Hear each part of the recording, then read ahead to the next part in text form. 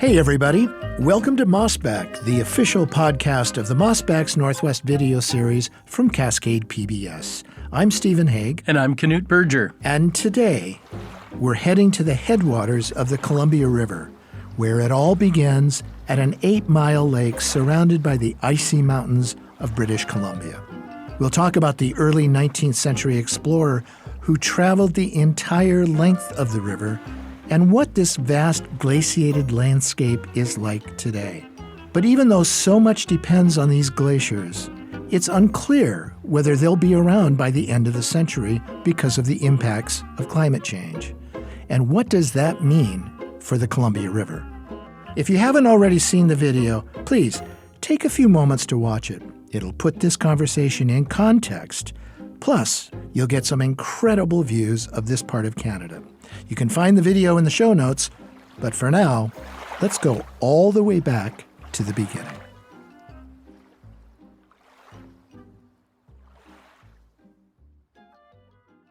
Knut, I remember all of my visits to British Columbia and particularly the Canadian Rockies to be magical.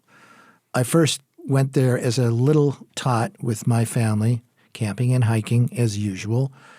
And what sticks with me now is we think of the American West as being big, but the Canadian West is even bigger. It's so grand, it's so vast.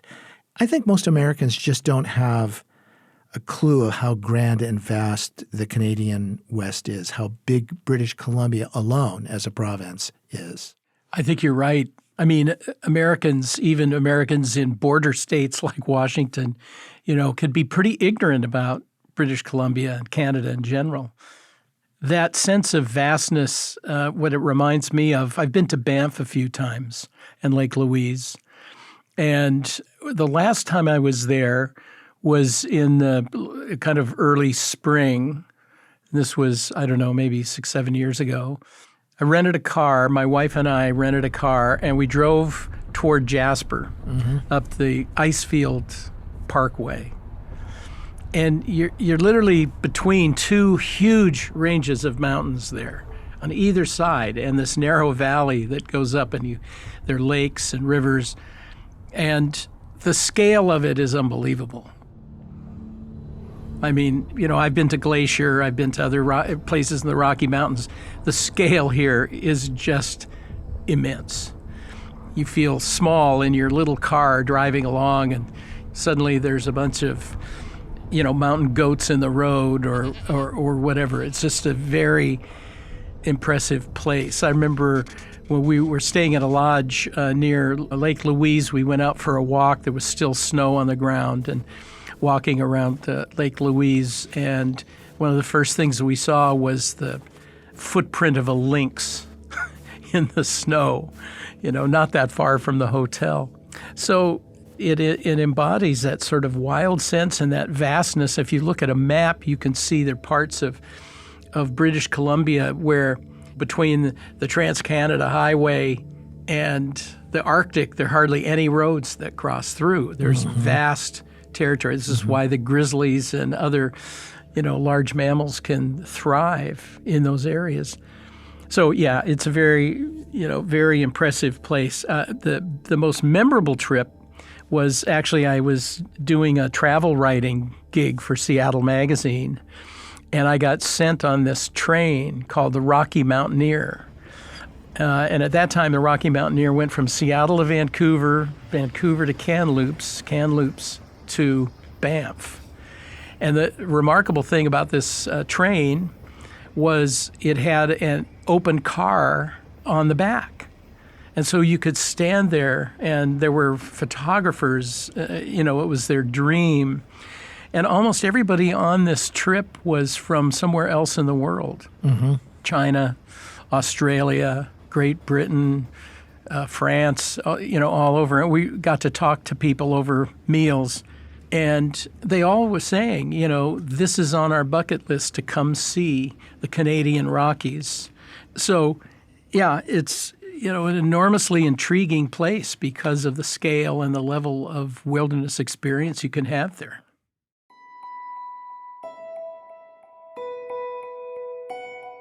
So up there in the beautiful, rugged Canadian Rocky Mountains, a glacier drip is where the mighty Columbia begins.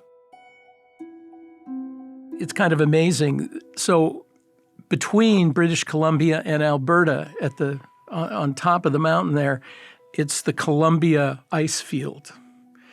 And this ice field, the melt from it goes into the Fraser River, the Athabasca River, the Saskatchewan, and the Columbia River.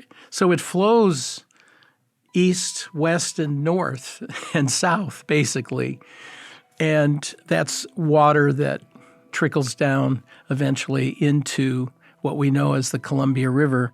So does that water actually flow to different oceans? Yes. Yeah, it flows to 3 different oceans. The Arctic, the Pacific, and the Atlantic.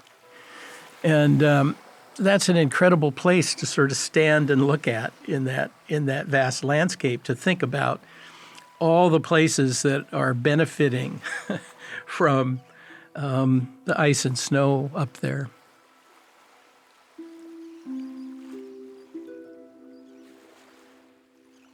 You went up there recently to discover the headwaters of the Columbia River. Before you did this research, did you have any idea where the headwaters were? Not really. No, I knew they were in Canada somewhere. So we decided to do this, multi-part series on the Columbia, and wanted to visit various places and do location shoots there. And I was adamant that we take the time to go up to see where the Columbia River started. I really wanted to know. And of course, when you read about it, it's starting in all these tributaries. It's draining this massive area of the interior, and water is flowing into the Columbia from Nevada, from Utah, from Alberta, from BC, from Idaho, Montana, on and on. But the headwaters have determined to be a place called Columbia Lake. It's an 8-mile-long lake in eastern British Columbia, in an area that you hear called the East Kootenays. Mm-hmm. And I decided, well, we have to go up there. We have to find Columbia Lake and use that in telling our story about where the river begins.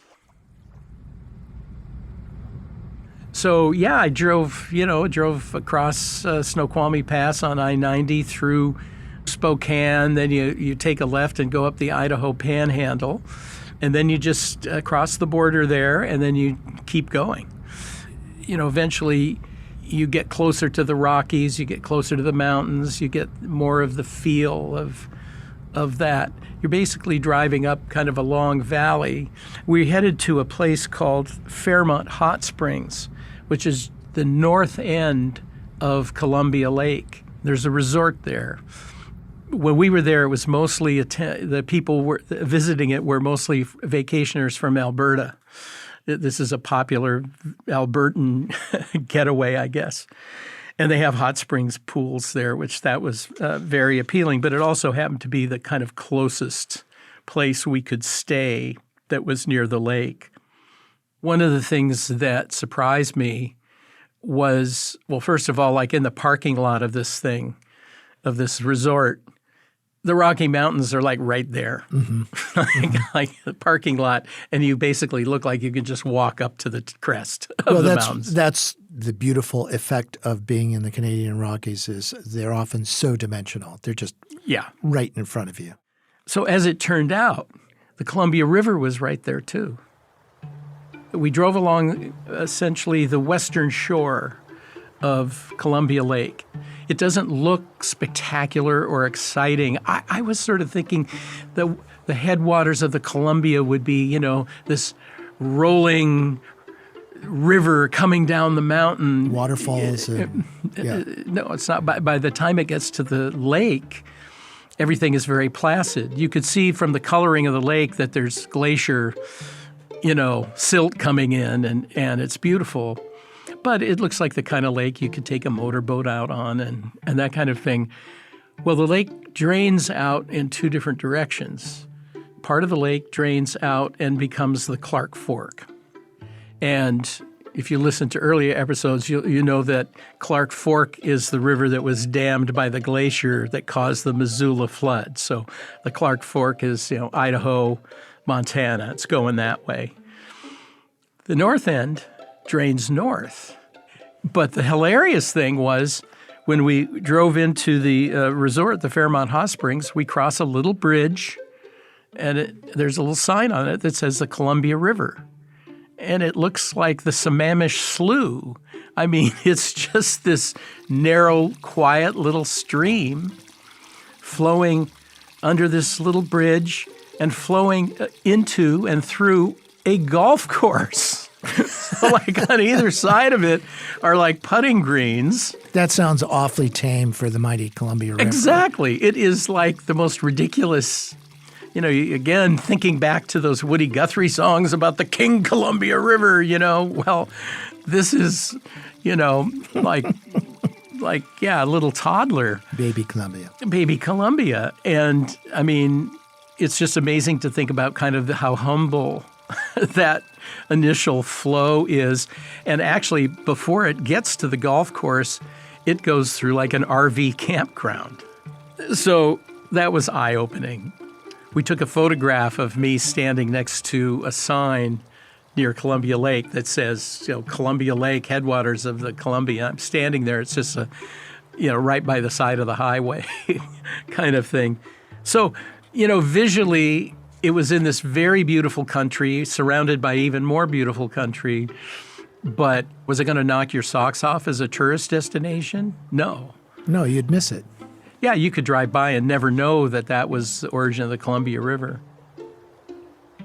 And I think that was something that in some ways maybe kind of fooled the early European explorers who got there, who were kind of looking for where did the Columbia begin.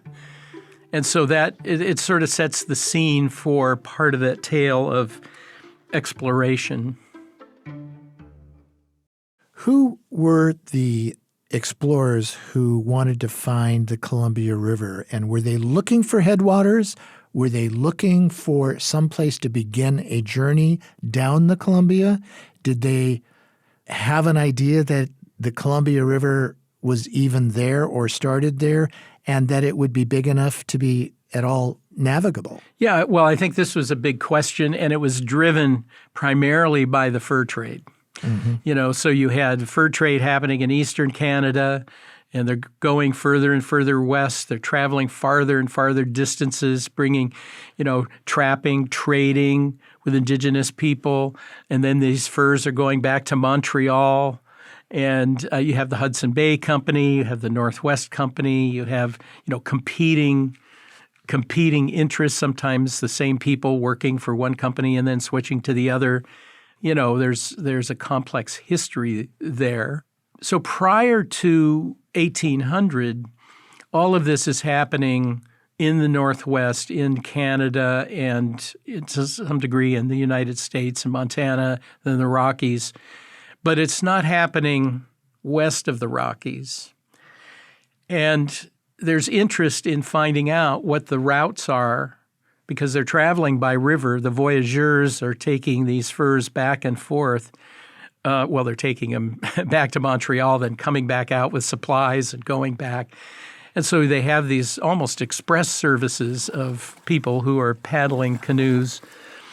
And so they're looking for ways to navigate further west. And so you have, Alexander Mackenzie in Canada. He's the first of the Europeans to actually go overland to the Pacific.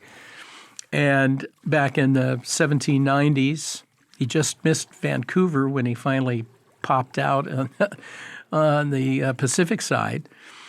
But the feeling was, and there were lots of rumors and maps that indicated rivers going in other places, speculative. They would talk to the indigenous locals and they'd say, well, yeah, there's a river and it goes that way, or there's a river and it connects with this river. So there was a lot of interest in clarifying it, and it was for, colonial purposes. It was for purposes of, figuring out where the fur was, where they could go, how quickly they could transport it. Could they support an operation? Is there enough wildlife there to support it? Are there indigenous people who will be friendly to us? There's a lot of that information. So it was a Canadian named David Thompson who got the assignment to go over the Rocky Mountains and establish the first fur trading post on the west side. Well, you say Canadian, but Canada didn't exist then. That's right. Was but he a was, Brit? Yeah, basically, yes, of British origin, but born in Canada. But not operating for Great Britain. No, he was operating for British fur interests, absolutely. Mm-hmm. And the thing about David Thompson that was sort of unique is he wasn't just a Rocky Mountain man. He was a surveyor, a map maker, a navigator. So he had all of the suite of skills you would need to actually accurately map and navigate. And so he was taking telescopes and things with which to do celestial navigation, looking for points to set up, establishing latitude and longitude. So he had the assignment of setting up a fur trading operation and all the complexity involved there. But then he had this added portfolio of you are an explorer, and you're going to relay this information back so that our superiors in Montreal or our superiors in London can know what the heck we're doing and invest more money in us or whatever. So he was documenting his entire trip, all of his activities in a geographical sense. Yes. And that was unlike many of the other folks who came through who might have been botanists or trappers or whatever. He was actually working for the sort of long-term, and he was all over the place. I mean, he was in Montana, he was in Idaho, Alberta, what's now British Columbia, Washington. He was mapping all that. Invaluable information in the fur trade, obviously. And they were also motivated by the fact that they knew the Americans were coming. Lewis and Clark had gone out to the mouth of the Columbia River in 1805. They had arrived there. They knew what the Americans were up to, and they were going to lay claim. And the British wanted Thompson to get down there first so he could lay claim to the entire Columbia Basin watershed. So it was a big race to colonize. Absolutely. Did Thompson know what he was looking for? Was he looking for this big river? And did he get reports from people like Lewis and Clark that there was in fact a big river somewhere there? Yeah, I think they knew there was a big river there somewhere. Basically figured out, well, if we follow this river going north, and then they found, it turns south, and then they followed it. And, he was the first white guy to get to Kettle Falls. Mm-hmm. And then, of course, Grand Coulee, and then on down to the Snake River and then out. So he was the first guy. But they didn't know that in the beginning. I mean, when he came over and set up the trading post and whatnot, he knew there was a big lake there that they had to deal with. And apparently it was full of dying salmon. So salmon were getting from the mouth of the Columbia all the way up to Columbia Lake, 1,200 miles. But they didn't necessarily know where they were coming from. But that was a clue. That was a clue, migrating salmon. Yeah. And then they were also, talking to local indigenous people, some of whom there were various alliances between the fur trading companies and the indigenous First Nations people up there. And sometimes those relations were a bit dicey or there was competition and whatnot. So he was, working to find out more about what they knew about where the river went and then follow that with his own crew. The first thing I think about when I listen to you is how incredibly difficult this journey must have been. Just how raw and incredible that wilderness must have been. Yeah. There's a wonderful book about him and his expedition called Sources of the River by Jack Nisbet. And he sort of follows in his footsteps. It's a really good book to kind of get a picture of David Thompson's career in this part of the region. These guys were really, on the edge of civilization as they knew it. They had supply lines, but they were not necessarily reliable. If you ran out of food, there wasn't necessarily food for you. If you ran into people who were hostile to you being there, you were on your own. Every place they went, they had to build, a cabin or whatnot. We think of that area as game rich, but it wasn't always game rich. Sometimes they couldn't find game. They would find and eat dead animals, When they went over Athabasca Pass in 1811, they did it in winter. So you're timing things, where sometimes you have to travel at times of the year where it's just kind of ridiculous. Are there firsthand accounts from Thompson? Did he keep journals about what he saw, especially his interactions with native peoples, but also the kind of wildlife he saw? Yeah, extensive journals, extensive documentation. I mean, the amount of time he must have spent writing the detail information in his journals. And of course, because these were commercial enterprises, you had to account for what you were shipping, how much, how many beaver skins, how many, whatever it was. There's extensive documentation. There's a tremendous amount of detail.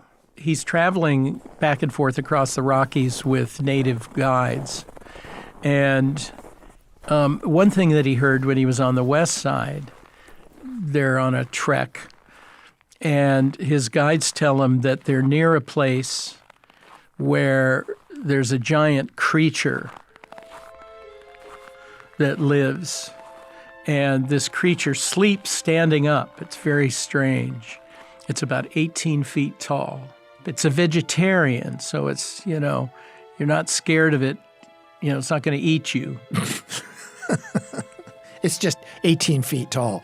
It's just a giant that and it sleeps standing up, leaning against trees. This is one of its behaviors. And he's has no idea what they're talking about. He's listening to this and finding it interesting. He notes it in his journal that they said this.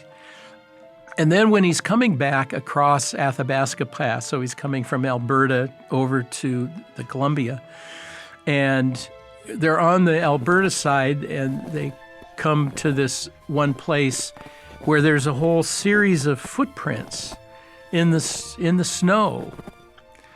And the footprints are these giant footprints.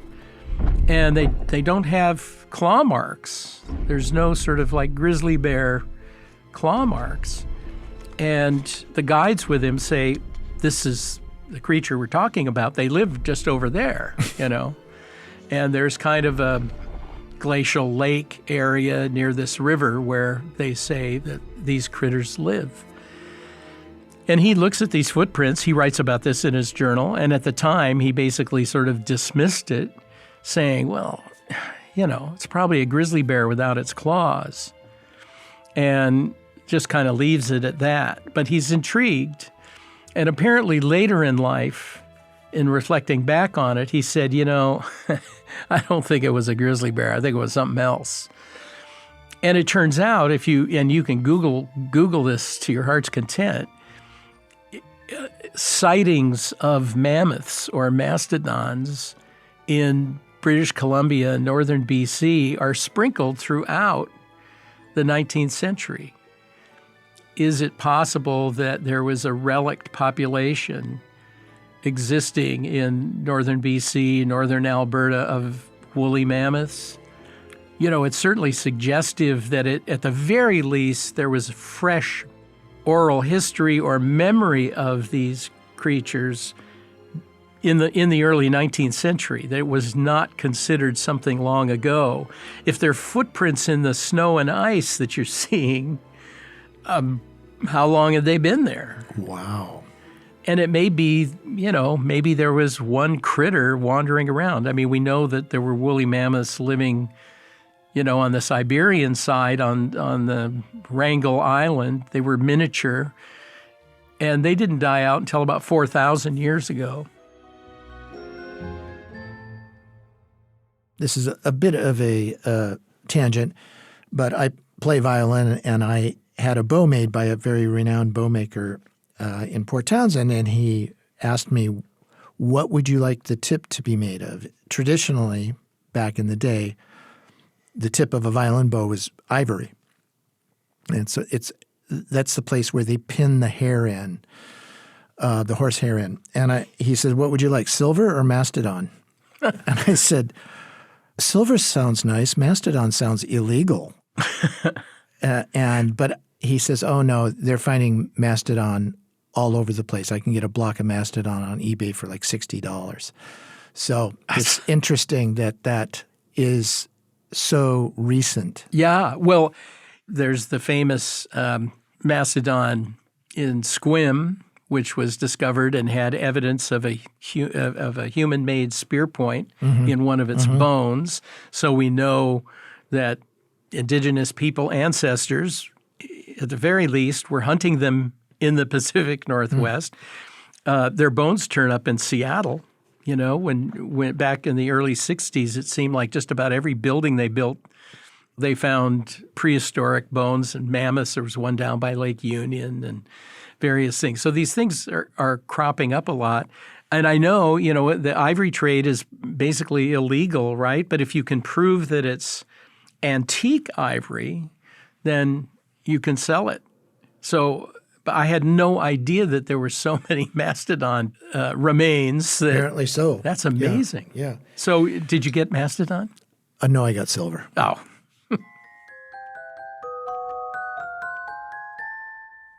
So David Thompson comes down the entire length of the Columbia, maps it all, documents it all, only to find that somebody's beaten him to the mouth of the Columbia. Yeah, he gets, you know, within 5 miles or so of the mouth of the Columbia, and there are the Americans.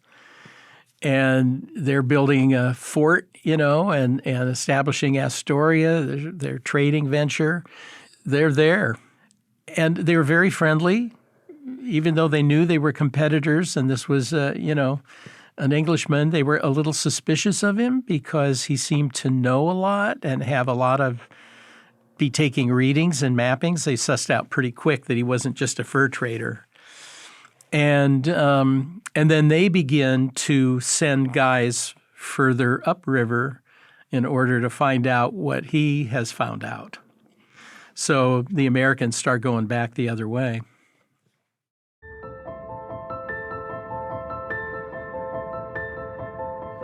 So let's go back to the glaciers in Canada and your trip up there with your video team. What did you learn other than geographically where the Columbia River is born? I think we take the Columbia River for granted. It's as if there's a faucet that's just turned on and the water keeps coming and coming, and we back it up with dams and we use it for hydropower and whatnot. But we don't really think about where the water comes from. And, you know, it turns out that a significant amount of the water in the Columbia River is coming from Canadian glaciers and ice fields and snow. And we know that climate change is changing things. I mean, there are more wildfires. That can hurt water supply. There's less snow.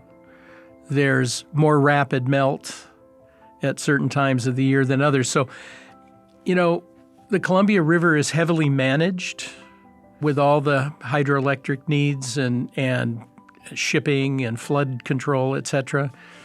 But the water has to come from somewhere. And, you know, the Canadian scientists say that 40% of the snow and ice melt in the Columbia River comes from Canada, and that the glaciers in British Columbia, taking British Columbia, are shrinking and are projected to basically be gone in the next 75, 80 years. By the end of the century, the glaciers are gone. And so you're looking at increasing demand for water. You're looking at increasing demand for power supply. Mm-hmm. Yet you're discovering that this kind of infinite seeming resource is not necessarily infinite. So when I talk about the end of the Columbia River and the beginning of the Columbia River, it's kind of the same place. It begins in the glacier-fed lake in British Columbia, and the river might also end there at some point in the future.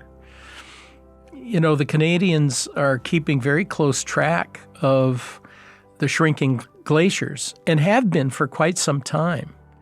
There's one glacier in British Columbia, not too far from where we're talking about, where they've been taking measurements of the glacier shrinkage since 1888.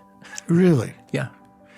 So I was just really struck with, how complicated the system is, but also how fragile it is. If you're looking at a scenario where that much ice is going to be gone in such a short period of time, geologically speaking. 100 years, 75 years, that's nothing. Is it going to disappear off the face of the earth instantaneously? No. But there are changes occurring that require our attention.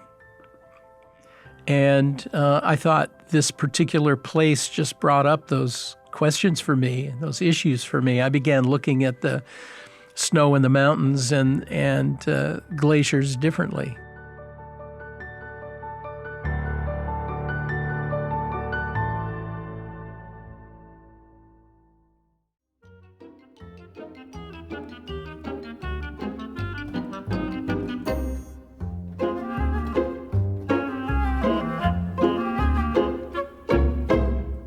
Thanks for listening to Mossback. The video series is now in its 10th season. If you'd like to see all the episodes from this or any season of Mossback's Northwest, you can find them at cascadepbs.org.